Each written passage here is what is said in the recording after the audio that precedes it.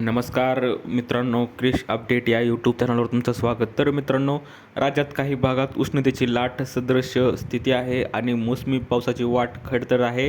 सध्या तरी पाऊस नाही आहे. तर किती तारखेला यापुढे पाऊस पडू शकतो याविषयी सर्व माहिती आपण या व्हिडिओमध्ये पाहणार आहोत. तर माहिती पाहण्याच्या अगोदर शेतकरी मित्रांनो, तुम्ही जर पहिल्यांदा चॅनलवर आला असाल तर चॅनलला सबस्क्राईब करायला विसरू नका, जेणेकरून पावसाळ्याविषयी पाऊस कधी पडणार आणि आपल्या पेरण्या कधी होत्या याविषयी सर्व माहिती आपण तुम्हाला लेटेस्ट अपडेट तुम्हाला या चॅनलवर तुम्हाला मिळून जाईल. तर मित्रांनो, आपण पाहू शकता की राज्यातील हवामानात सध्या झपाट्याने बदल होत असून बहुतांश भागात उष्ण आणि दमट वातावरण, काही भागात उष्णतेची लाट सदृश स्थितीचा प्रभाव, तर काही भागात वादळी पावसाची स्थिती आहे. मोसमी पाऊस लांबल्याने राज्यात सध्या वाढत्या तापमानामुळे अनेक समस्या निर्माण झाल्या असून मराठवाडा आणि विदर्भातील काही भागात उष्णतेच्या लाटी सदृश्य स्थितीची नोंद होत आहे. मोसमी पावसाची उत्तर सीमा 4 दिवसापासून एकाच जागी स्थिर असून पुढील काही दिवस त्यात फारसे बदल होणार नाहीत, असा हवामान अभ्यासकाचा अंदाज आहे. तर कोकणात 6 जून रोजी मोसमी पावसाचे आगमन झाल्यानंतर राज्यातील इतर भागातही त्याची वाटचाल वेगाने होईल असा अंदाज व्यक्त केला जात होता. मात्र मोसमी वारे काहीसे कमकुवत झाले असून मागील 4 दिवसांपासून एकाच जागी स्थिर आहे असं स्पष्ट तरी सध्या तरी दिसत आहे. आणि धरणातील पाणीसुद्धा आता पिण्यासाठीच आहे. तर शेतकरी मित्रांनो, सांगायचं झालं तर आता आपण पाहू शकतो की सध्या जो पावसाळा जो आहे आणि जूनमधला तर पाऊस शक्यतो जवळपास नसल्यासारखाच आहे आणि पेरणीही होतील जूनमध्ये ह्याची काहीही गॅरंटी नाही आहे, थोडक्यात सांगायचं झालं तर.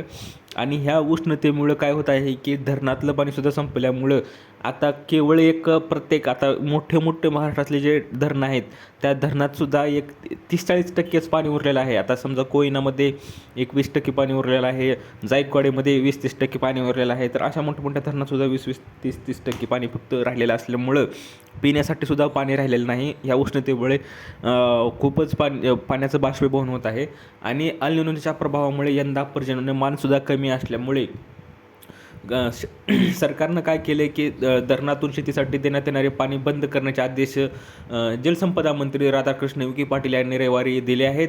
आणि धरणातील पाणी पिण्यासाठी येत्या 31 ऑगस्टपर्यंत राखीव ठेवण्यात यावे आणि बेकायदा पाणी उपशांवर तातडीने कारवाई करावी असे निर्देशही त्यांनी दिले आहेत. मोसमी पावसाच्या अनिश्चिततेच्या पार्श्वभूमीवर प्रत्येक जिल्ह्यासाठी स्वतंत्र कृती आराखडा तयार करण्यासाठी त्यांनी आदेश दिला आहेत.